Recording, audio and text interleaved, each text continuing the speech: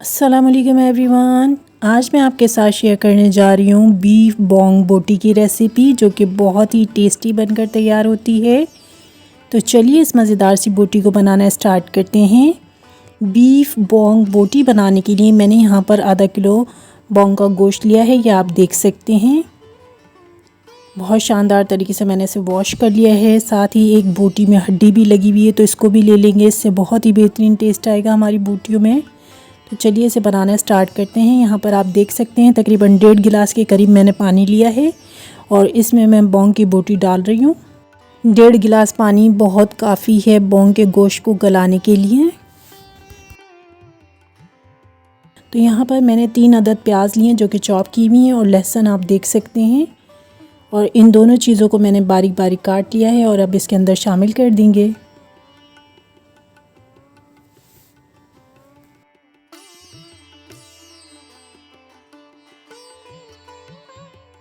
अब इसमें शामिल करेंगे साबुत गरम मसाला। तो दालचीनी का 1 पीस है, 1 सब्ज़ी इलायची और 2 लौंग मैंने इसके अंदर डाली हैं। साथ ही मैं इसके अंदर नमक डालूंगी। नमक आप अपने टेस्ट के अकॉर्डिंग कम या ज़्यादा डाल सकते हैं। मैंने 1 टेबल स्पून के करीब नमक डाला है इसमें। अब इसमें डालेंगे रेड चिली पाउडर। तो ये तकरीबन 1 टेबल स्पून के करीब मैं इसमें डाल रही हूँ। साथ ही इसमें मेरे पास जिंजर पाउडर है, तो वो मैं डाल रही हूँ 1/2 टेबल स्पून के करीब। अगर आपके पास फ्रेश जिंजर मौजूद है तो आप उसका भी इस्तेमाल कर सकते हैं। यहाँ पर धनिया पाउडर लूँगी मैं 1 टेबल स्पून के करीब, और इसको हम इसमें शामिल कर देंगे। और साथ ही इसमें शामिल करेंगी हल्दी। तो 1/2 टेबल स्पून के करीब मैं यहाँ पर हल्दी ले रही हूँ, जो कि इसमें डाल रही हूँ। और अब इन तमाम मसालों को अच्छी तरीके से मिक्स कर देंगे और बिल्कुल इसको मीडियम फ्लेम पर, मीडियम टू लो फ्लेम पर जो है हम पकने देंगे। ढकना कवर कर देंगे ताकि ये शानदार सी गलकर बिल्कुल तैयार हो जाए।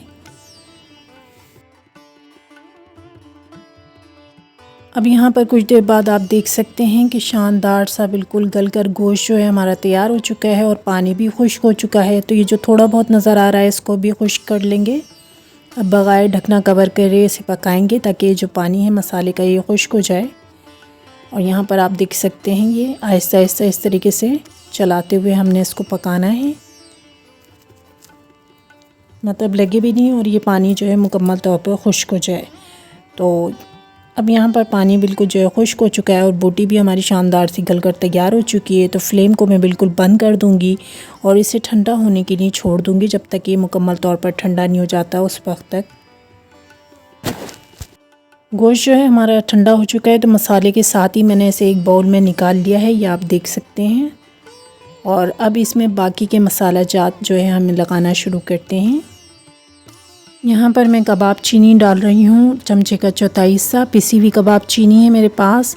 अब इसमें पिसा हुआ गरम मसाला डालूँगी 1/2 टेबल स्पून के करीब। और साथ ही हम इसमें डालेंगे पीपरी का पाउडर जो कि कबाबों में डलता है, और 1 टेबल स्पून चिली फ्लेक्स मैं इसमें डालूँगी। और साथ ही इसमें डालूँगी तिल। तिल के बाद हम इसमें शामिल करेंगे कॉर्नफ्लोर, इससे बोटियां जो हैं हमारी क्रिस्पी सी हो जाएंगी। तो 3 टेबल स्पून के करीब कॉर्नफ्लोर मैं इसके अंदर शामिल करूँगी, और ये बहुत काफ़ी है इसके अंदर। और अब हम इसमें शामिल कर देंगे आधा लेमन।